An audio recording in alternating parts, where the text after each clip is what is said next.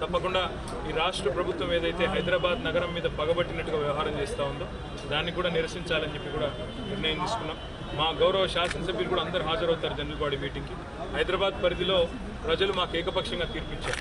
16 మంది శాసనసభ్యులను గెలిపించినందుకు గ్రేటర్ హైదరాబాద్లోని ప్రజలకు ధన్యవాదాలు చెబుతూ మరి మా శాసనసభ్యులందరూ కూడా ఈ సమావేశం జనరల్ బాడీ మీటింగ్ కూడా హాజరు కావాలని కూడా నిర్ణయం తీసుకున్నాం. ప్రభుత్వం ఏదైతే హామీలు ఇచ్చిందో అవన్నీ కూడా నిలబెట్టుకోవాలని మాట్లాడుతున్నాం. సరే, ఎవరైనా ఒకరో ఇద్దరు పార్టీ నుంచి పోతారో అని మీరు అడిగారు. రాజకీయాల్లో హత్యలు ఉండవు, ఆత్మహత్యలు ఉంటాయంటారు. అట్లాగే వాళ్ళు ఎవరైనా కాంగ్రెస్లోకి పోవాలని ఎవరైనా అనుకుంటే అది వాళ్ళ కర్మ, ఏం చేయగలిగేది. నల్గొండలో 30-31 యాక్ట్ అమల్లో ఉంది.